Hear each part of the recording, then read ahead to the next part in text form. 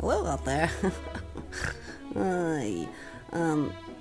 This dating thing, this is the first time I'm trying it, so I might be a little, I don't know, shy.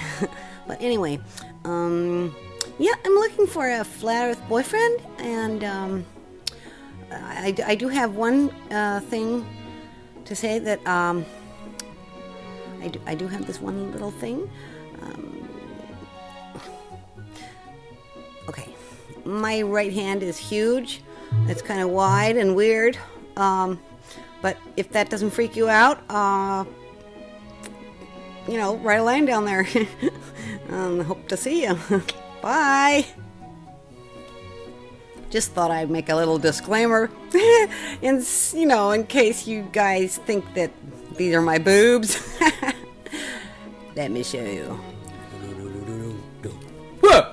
Two apples with thingies on them.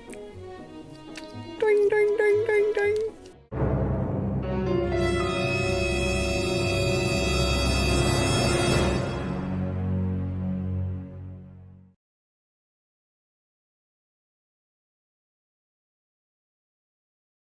When you say do the research, can you quickly tell us, most of us have been to college or have some kind of college background or used to read a lot about these topics and science and things like that. When you say do the research, can you give us what you mean by do the research? Could I go to a physics book or go to a college and learn about these topics and go, oh, I see that the Earth is flat? So what do you mean by research? You need to actually be able to review evidence and not just from where default to everywhere. That's sources. what evidence is. Give me your sources of where to find this evidence at. Well, if you only take the people who believe what you believe, guess what you're going to believe at the end of that? That's not what I asked. Where do I find the evidence to go do research that you're suggesting that would lead me to conclude that the Earth is flat? All of my videos. Where's the primary sources? What do you mean? I mean, I read constantly. I mean, I've read Haley. I've read physicists. That's not reason. I'm asking you. I can't do what you read. Where do I go besides your videos that you did research on? What did you research to make your videos that I could go to the primary sources and research? Do you know how much stuff I'd have to give you right now? What are you talking about? Give me. I can give you just one. Sure. His research does. Okay, I'm just going to come out and say it. It's non-existent.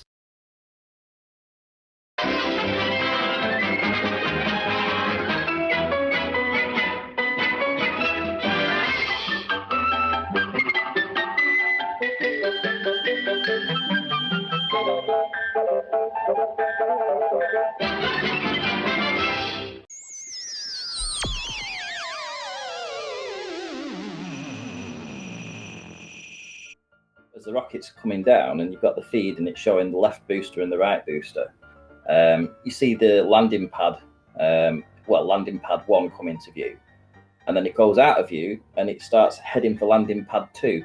So both the boosters are heading for landing pad 2, and about 2 seconds later it cuts to the side on view where they actually land on separate pads. So clearly it was the same feed for the same boosters. For both boosters were using the same feed. So it was just horse manure, basically. I mean, I've never seen rockets that can do that. Anyway, did it even have what's it called, a parachute? I don't even think they had a parachute, did they? You might have one as a backup, but no. I mean, they're descending and the rockets are firing, and it's an idiot test, isn't it? These rockets are free falling from the outer limits of space, tumbling down at probably a couple of thousand miles per hour. And then these rocket boosters get turned on 30 seconds before, and it vertically holds them upright. I mean, the technology involved in that is astronomical. It's I would border on being impossible, and for them to land on a postage stamp, it's just give me a break. To be honest, when I look at that video, it appears to me that they are aiming that target audience, that propaganda, at the millennial kids, all the kids that were born in the 2000s, like the decade of the 2000s, because they're getting up to like 20 odd now, and they're going to be totally ripe for indoctrination. I don't think it's aimed at us, because if you look at it, it looks very cartoon-like, CGI, like not just the video, the whole setup, the whole like happy clappy. It almost looks like a place of worship where they're all like happy clappers in church kind of thing. That's what millennials are. They're all that kind of left-wing nonsense idiots that don't realize that there's a whole world out there and think that's the way it is on TV. That is the way I read that. I see it as propaganda for the millennials. No, I'm not a rocket scientist. Arwen's horny goatweed. However, but when a rocket apparently goes up and it's taking 3.5 minutes to get into outer space, and then it gets released, and then it free falls down to the Earth, and it automatically can find its way as it's free falling, and the Earth's, moving underneath it, and it's coming down, and it's going to land on a postage stamp, and it has no other kind of form of mechanism to move it from left or right. The only thing it has to stop it from falling and hitting the ground is a rocket. Are you joking? I mean, anybody who believes that is delusional.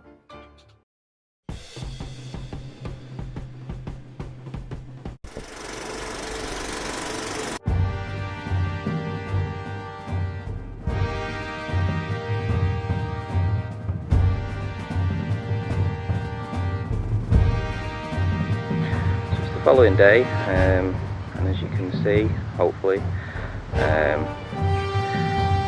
looks like they're almost 3-degree burns. I'll show you my arms if I get the chance.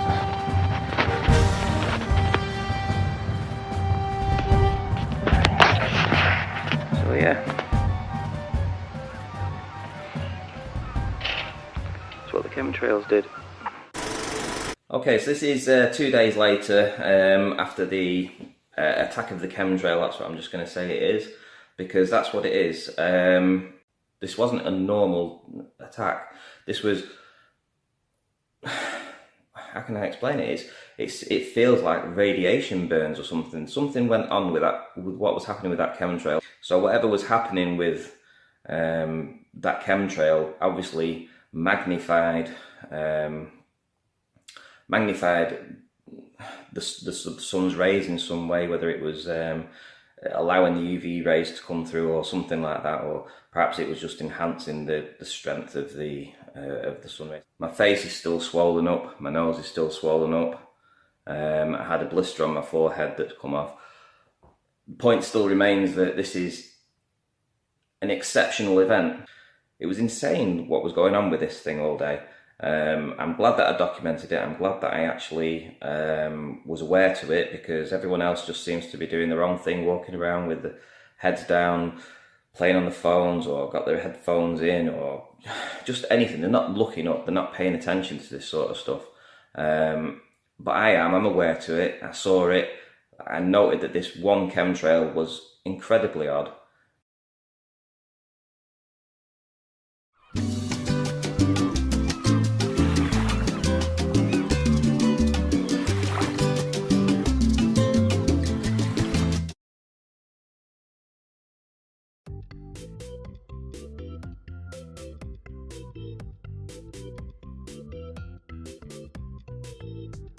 I'm going to show you how to make a scriptural replica of the flat earth, or the true nature of the earth as we should be looking at it. Scissors. You're going to want some Loctite liquid super glue. You're going to want to have printed off the earth, or what is referred to as the azimuthal equidistant map. Here we have the dome.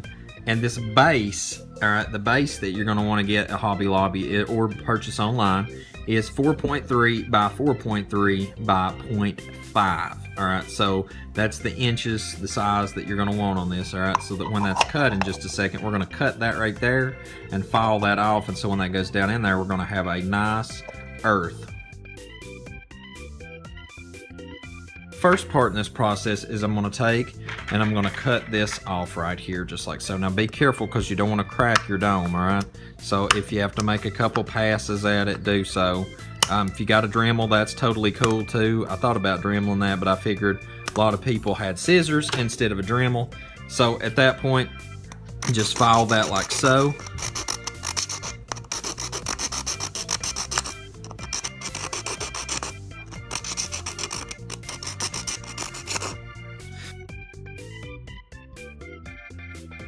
So once that you've got the earth cut out, if you've went around the black line, what I've done is I've done that right on the edge of the black line, so that once that was cut off of there, you pretty much just have an ice ring. And once that's said and done, your disc will fit perfectly. Take super glue, glue the back of this. Now this is heavy duty gloss cardstock, so do not get the wrong thing, okay? Because you don't want to just print this out on normal photo paper, things like that, because you want heavy duty cardstock, because you're going to glaze this with glue and then glue that down. So I'm going to do a Z pattern, then a Z pattern, and then just a little bit around the edge, and that's all I'm going to do on that. Okay, so once we've glued this together, at this point in the process, all that is left to do, guys, is to set the base down. Now, if you're going to glue that together, you can do so, or you can just leave it where it can be opened up, and that's totally at your discretion. But when you're said and done with the project, that's what you're left with right there, is a miniaturized version of what the Most High Yah has created and what the scripture defines as a flat earth under a firmament dome that separates the waters from above from the waters below. And he describes it as a footstool in Isaiah. So if you really wanted to go the extra mile of the way, you could add some little footstools on that. I may do that. And anyway, that's said and done. That's pretty much it.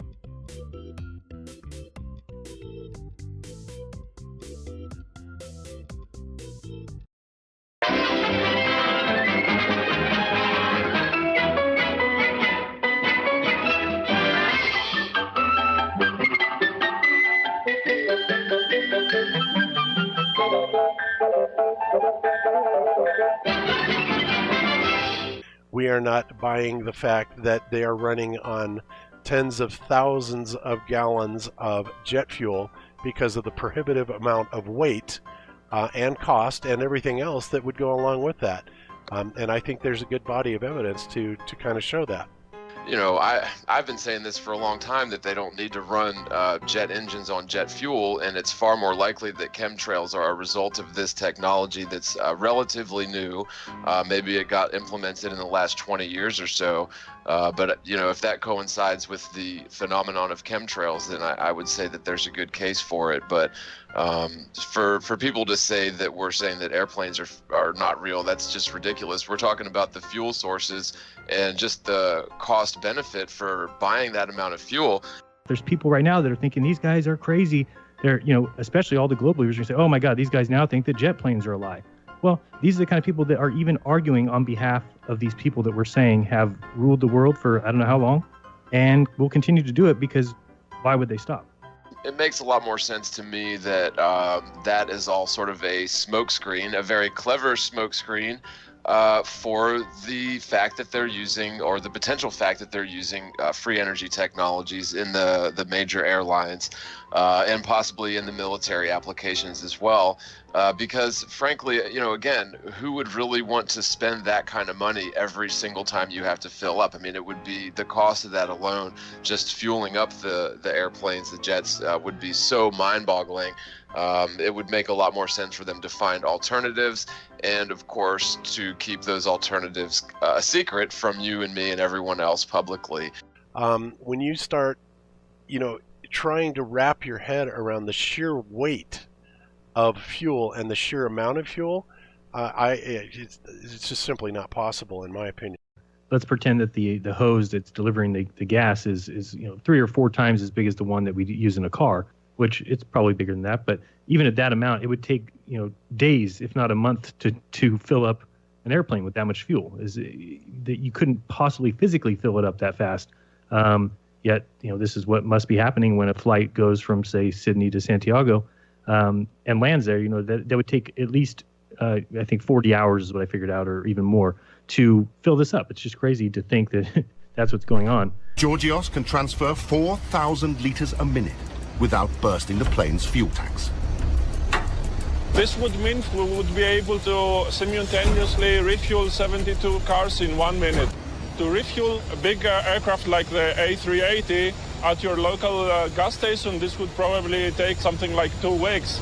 But with this refueling pressure that we have here in the fuel flow, we are able to refuel an aircraft like this in about 30 to 40 minutes. Honestly, if I was the engineer there, not that I am, but if I were, you know, I would have a compressor right there. If we're talking about running the engines on compressed air as opposed to jet fuel, which is, I believe, is totally doable.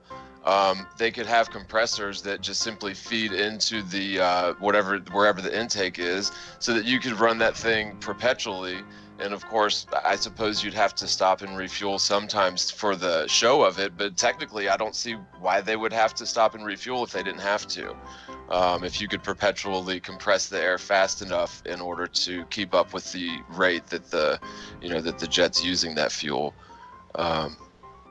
But it makes a lot more sense than carrying 250 metric tons of fuel. Maybe what they're doing is they're charging, or they're filling the wings with compressed air. Once the engines get up to a certain RPMs or a certain velocity, that it doesn't take a whole lot of fuel to keep them going. It's almost like a perpetual motion, in a sense that they can just give it a little bit of a push and it'll stay at that velocity that it needs to really get, where it needs to be at. Is that what you're saying? That is exactly what I'm saying. That is exactly what I'm saying. I'm not an aerospace engineer or anything like that. I'm just kind of looking at this from a layman's point of view, and also as a pilot. But these things are, they're like bricks, essentially, compared to, like the smaller planes. But look at that thing. It's not really going that fast, and it's amazing how it just floats. And it's, again, to say that there's that much weight and fuel on these things is just really difficult to believe for me. It just doesn't make any sense. A lot of people are going to come back and say, well, we've seen the in-flight refueling videos. Yeah, we have, but who's to say that's not just pure propaganda? I've been a pilot for 35 years. Right here, we're in the center of the universe. God's always watching all over us. If it was a globe, is another thing with the globe, is if it's going 1,000 miles per hour, now how come we don't fly off the Earth?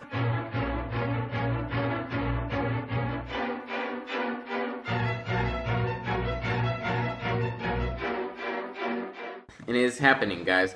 Many people, especially like the Illuminati, will tell lies and it'll escalate. Lie and a lie and a lie will keep getting bigger until you believe it. Until you believe the Earth is round. Until you believe that we have other planets in the solar system. Until you believe that we have, instead of a universe, it's a multiverse, and it keeps all getting bigger, and then there's other planets that we could move to, but there's some reason we can't live there, and it's just stupid. It's all made up conspiracies. But they're not conspiracies. Guess what? They're all made up. It's fake fiction. It's all made up. None of that exists. Just the Earth here with the dome. It's a flat Earth. There's a dome around it. And I can show you, I think I left a picture on the last video. If you look, there's a picture of flat Earth, and there's a dome. And then there's the Earth, or not the Earth, sorry, the sun and the moon on each side. The stars are in the dome. So the dome is round. That's what they begin you all along with believing the Earth is round, but it's not. See, with believing that because the dome, the sky is round, because it is, but the Earth is flat. The sky is round, so that's where they got you with the round Earth. Now, we are not moving. Do you think we are moving? If we were moving at that speed that they say we are, we would literally fly off the Earth. And gravity is also fake. It is magnetism. Magnetism is where you have one object and the other object sticks together. Guess what? Humans have magnetism inside them. We do. If you research that, we have magnetism inside us. So that, we also have little electric current. So I urge you to do a little experiment of a pin. If you put it on a water bottle, it'll go like this. And if you put your finger close to it, it'll go move. It'll move. It'll give a little bit of a current, electrical current there. It'll have a little magnetic push, so it repels, your finger repels the pin. So it is true, magnetism is real. Gravity is not real. Guess what? Sir Isaac Newton was a Freemason. He made up gravity. They are teaching you lies in school. You cannot believe them. Now, you can, however, you do need to do your schoolwork so you can get good grades, but, I mean, you're going to be taught lies your whole life. Until you get to heaven, you're not going to really know what the truth is. But that's why I'm telling you the truth here, so you can know partly the truth, and then God will tell you the rest. Okay? Also, after the sky, guys, so flat Earth. You got the sun, moon. You got the dome, the stars, which stars are just lights, guys. They're not other suns, okay? They're not other suns. They're just lights God made, okay? Also, then you got the whole, you got the water, that there's a huge ice layer after the dome. It's called the firmament. It goes around the whole Earth that is flat. It goes around the whole thing. And it's called Antarctica, but it's around the whole Earth. That's why everyone has discovered Antarctica, because it's around the whole Earth. Okay, you get it? It makes sense, right? Okay, so after that, there is another ocean. I guess it's not an ocean. It's the waters. That's why the sky is blue. Have you ever asked the question why the sky is blue as a child? Well, it's simple. Because it's water, okay? After you got the sky, there's water, and it flows into the ocean. See how God made it beautiful and put together, but we have ruined this earth, okay? It is not a good earth anymore because everything is crap, guys.